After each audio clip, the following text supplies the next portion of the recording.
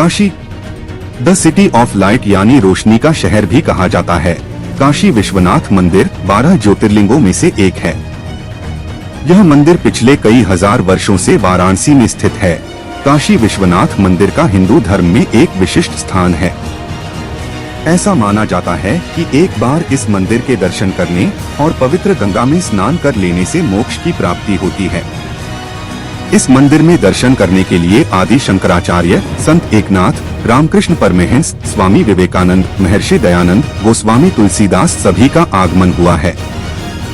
यहीं पर संत एकनाथ जी ने वारकरी संप्रदाय का महान ग्रंथ श्री एकनाथी भागवत लिखकर पूरा किया और काशी नरेश तथा विद्वज्जनों द्वारा उस ग्रंथ की हाथी पर धूमधाम से शोभा यात्रा निकाली गई।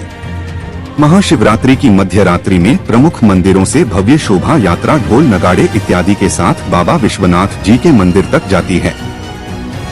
यह मंदिर दुनिया भर के लाखों हिंदुओं के लिए एक भावनात्मक लगाव और भावना है। लेकिन काशी विश्वनाथ मंदिर का इतिहास भारत में अरब और मुगल आक्रमण के समय से ही दुखद है। बार बार अरब और मुगल आक्रमणकारियों, जिनका एकमात्र उद्देश्य इस्लामी परंपराओं को हिंदू समाज में जबरन लागू करना था और हिंदुओं के पवित्र स्थानों पर हमला करना शुरू कर दिया और मंदिरों और धार्मिक स्थानों को नष्ट कर दिया जो हिंदू परंपराओं की आत्मा थे।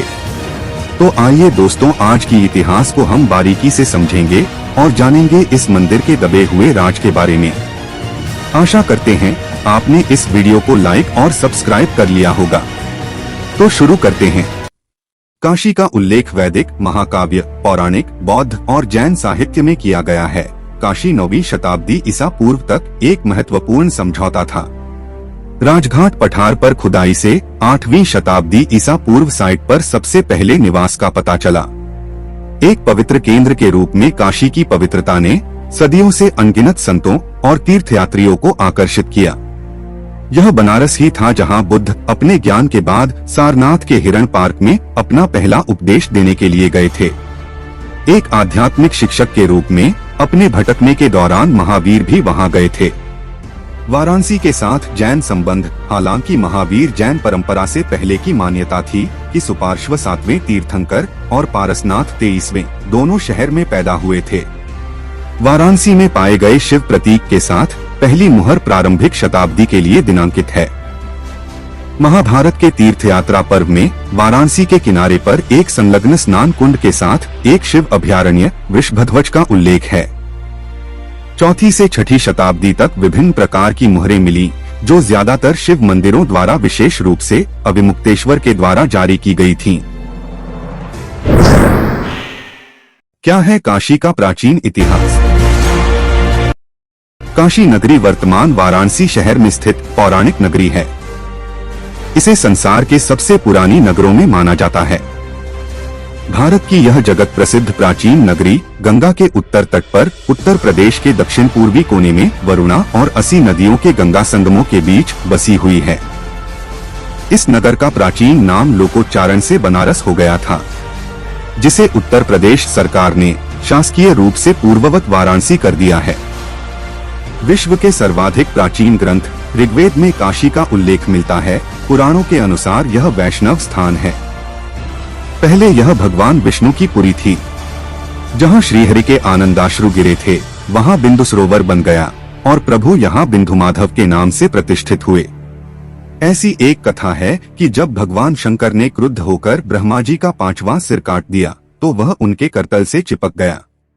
12 वर्षों तक अनेक तीर्थों में भ्रमण करने पर भी वह सिर उनसे अलग नहीं हुआ। किंतु जैसे ही उन्होंने काशी की सीमा में प्रवेश किया, ब्रह्महत्या ने उनका पीछा छोड़ दिया और वह कपाल भी अलग हो गया। जहां यह घटना घटी, वह स्थान कपालमोचन तीर्थ कहलाया। महादेव को काशी इतनी अच्छी लगी कि उन्होंने इस पावन पुरी को विष्णु जी से अपने नित्य आवास के लिए मांग लिया। तब से काशी उनका निवास स्थान बन गया। हरिवंश पुराण के अनुसार काशी को बसाने वाले भरतवंशी राजा काश थे।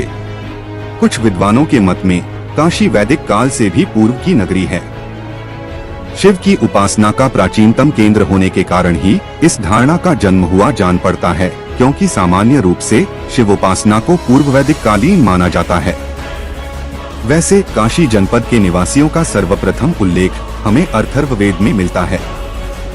वाल्मीकि रामायण में सुग्रीव द्वारा वानर सेना को पूर्व दिशा की ओर भेजे जाने के संदर्भ में काशी और कोसल जनपद के निवासियों का एक साथ उल्लेख किया गया है।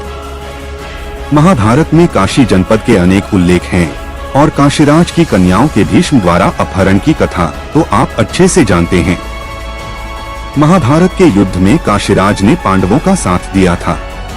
बौद्ध काल में गौतम बुद्ध के जन्म के पूर्व तथा उनके समय में काशी बहुत फेमस हो चुका था। अंगुत्तर निकाय में काशी की भारत के 16 महाजनपदों में गणना की गई है। जातक कथाओं में काशी जनपद का अनेक बार उल्लेख आया है, जिससे ज्ञात होता है कि काशी उस समय विद्या तथा व्यापार दोनों का ही केंद्र थी। अत्ति जातक में बोधिसत्व के 16 वर्ष की आयु में वहां जाकर विद्या ग्रहण करने का उल्लेख है। खंडहाल जातक में काशी के सुंदर और मूल्यवान सिल्क कपड़ों का वर्णन है। भीमसेन जातक में यहाँ के उत्तम सुगंधित सामान का भी उल्लेख है। जातक कथाओं से स्पष्ट है कि बुद्ध पूर्व काल में काशी देश पर ब्रह्मदत्त नाम के राजकुल का बहुत दिनों तक राज्य रहा। गौतम बुद्ध के समय में काशी राज्य कोसल जनपद के अंडर में था। कोसल की राजकुमारी का मगधराज बिंबिसार के साथ विवाह होने के समय काशी को दहेज में दे दिया गया था।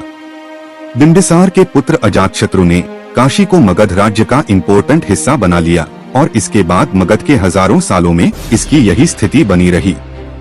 बौद्ध धर्म की अवंती तथा हिंदू धर्म के पुनर्जागरण काल में काशी का महत्व संस्कृत भाषा तथा हिंदू संस्कृति के केंद्र के रूप में लगातार बढ़ता ही गया।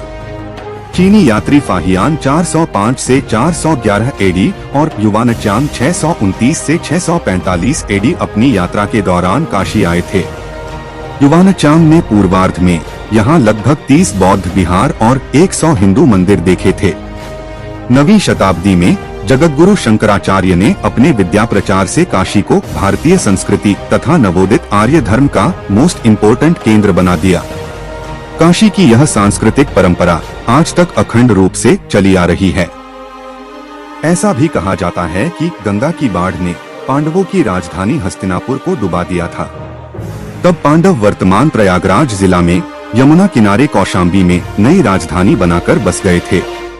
उनका राज्य वत्स कहलाया और काशी पर मगध की जगह अब वत्स का अधिकार हो गया था।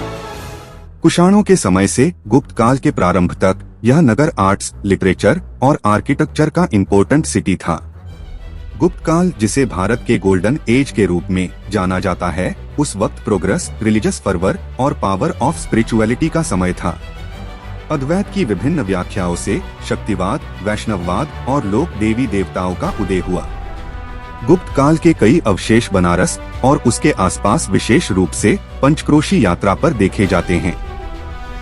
उनकी हैरान कर देने वाली मूर्तियां और आर्किटेक्चर एलिमेंट पुनर्जीवित मंदिरों की दीवारों को सुशोभित करते हैं। बनारस अच्छी तरह से और वास्तव में गुप्तों के शासनकाल के दौरान अखंड भारत के सबसे महान शहर के रूप में स्थापित किया गया था। इस पीरियड के दौरान धर्मशाला, हॉल, स्नान घाट, व्यापारियों के लिए महलनुमा घर और आम लोगों के लिए आवास बनाए गए थे। बनारस अद्वैत और हिंदू धर्म के पुनरुद्धार का केंद्र बन गया। 7वीं शताब्दी में सम्राट हर्षवर्धन ने इस शहर के विकास और रखरखाव में उनके योगदान को उनके अपने रिकॉर्ड में दर्ज किया गया है। सम्राट हर्षवर्धन ने इस शहर में बौद्ध भिक्षुओं के लिए आवासीय क्वार्टर, बौद्ध धर्मस्थल और स्कूल भी बनवाए। इसे 3 तरफ घने जंगल के साथ एक हलचल वाली बस्ती के रूप में वर्णित किया गया है, जिसमें चौथी तरफ गंगा बहती है। 8वीं शताब्दी में शहर को दशाश्वमेध घाट रोड की ओर दक्षिण की ओर बढ़ते हुए देखा गया था। तो दोस्तों, आपको यह वीडियो कैसा लगा कमेंट करके जरूर बताना और इस वीडियो को शेयर भी करना, ताकि हमारे लोगों को इस इतिहास के बारे में पता चल सके। मिलते हैं अगले वीडियो में। धन्यवाद।